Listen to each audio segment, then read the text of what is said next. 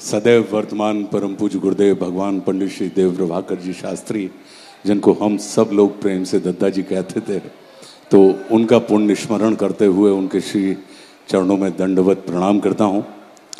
फिर व्यास गादी पर बैठे हुए परम पूज्य हनुमान जी महाराज के विशेष कृपा अनुरागी आदरणीय श्री धीरेन्द्र शास्त्री जी को प्रणाम करता हूं।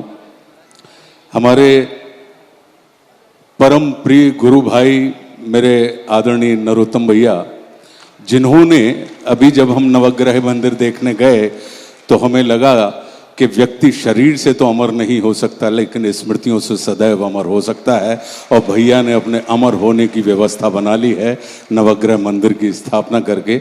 कितना विलक्षण और कितना अनुपम है कि सारे ग्रहों की प्रकृतियां अलग अलग होती हैं, लेकिन जहां पर अलग अलग प्रकृतियों के लोगों को जो भिन्न होते हैं उनको एक स्थान पर बैठकर अभिन्न बना दिया जाए, वही विकृति से निकल के संस्कृति की दिशा में बढ़ जाता है।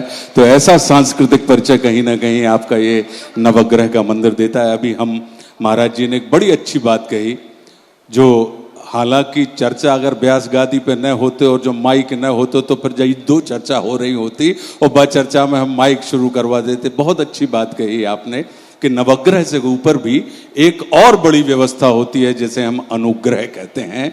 तो अगर अनुग्रह हमारे ऊपर बना रहे या हम अनुग्रहित रहे आए तो आप विश्वास कीजिए कि सारे के सारे ग्रह कहीं ना कहीं सुधर जाते हैं। मंच पर उपस्थित मेरे प्रिय भैया कैलाश भैया, मेरे दो गुरु भाई ऐसे हैं। कैलाश भैया ने जब महाराज जी जब पूज्य दद्दा ने यज्ञ किया तो 1.25 करोड़ शिवलिंग निर्माण का संकल्प होता था, लेकिन कैलाश भैया हैं।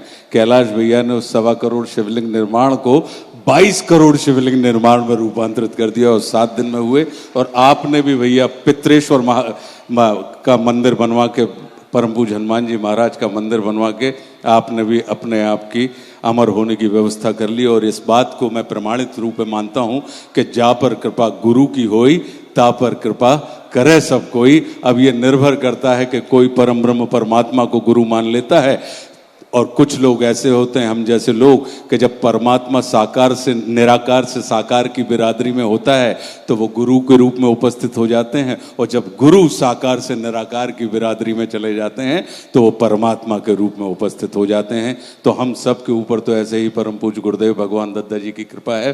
हेमंत भैया, आपके भी श्री चरणों में प्रणाम करता हूँ। मेरे प्रिय भाई राजेंद्र भैया जो यहाँ पर उपस्थित हैं, इनको भी मैं बहुत आत्मीयता और आदर के साथ स्वागत करता हूँ। महाराज जी जो इंडिगो हेड करते हैं, वैसे वरुण द्विवेदी भी आज हमारे साथ मुंबई से चले आए और उन्होंने कहा कि नहीं हम चलते हैं, तो बहुत बहुत आप सभी का धन्यवाद। और मैं यही प्रार्थना करता हूँ परम पूज्य गुरुदेव भगवान से कि देखिए, गुरु को अगर आपने साध लिया तो आपकी बुद्धि सुधर जाएगी, जिसे अपन बुद्ध कहते हैं। बुद्धि सुधरी तो हमारे जीवन में मंगल होने लगेगा।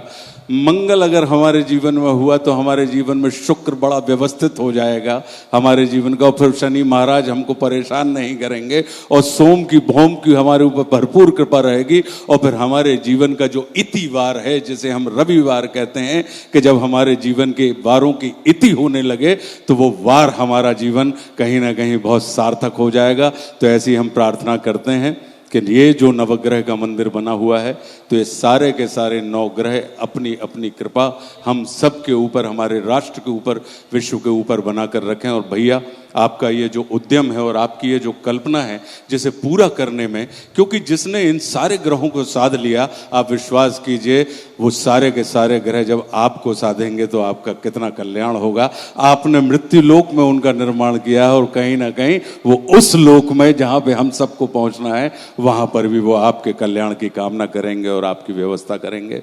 तो बहुत बहुत धन्यवाद महाराज जी।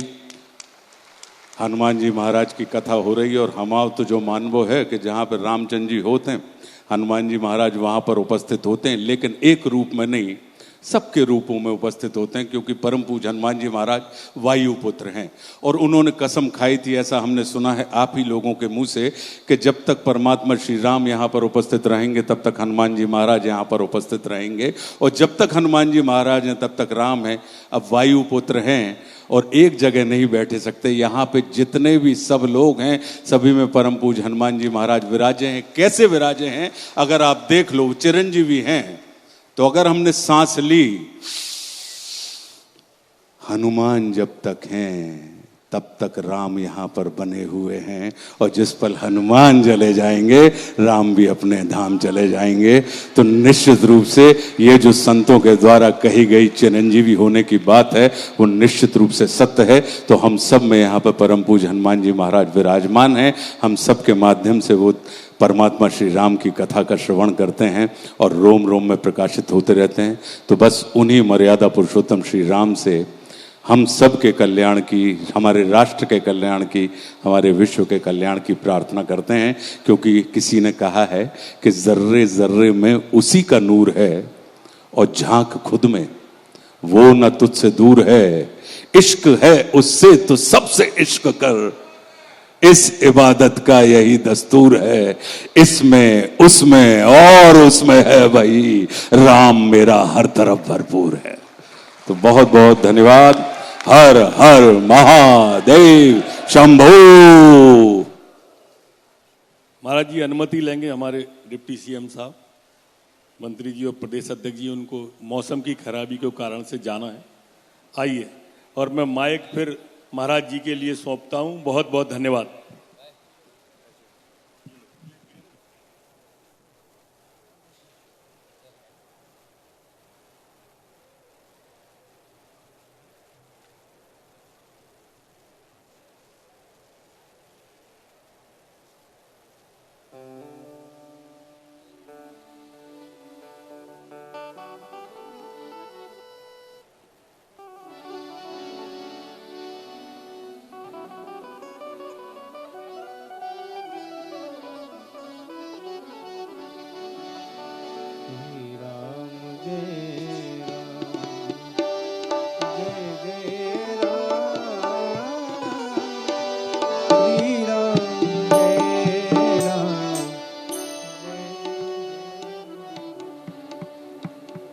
जय श्या राम।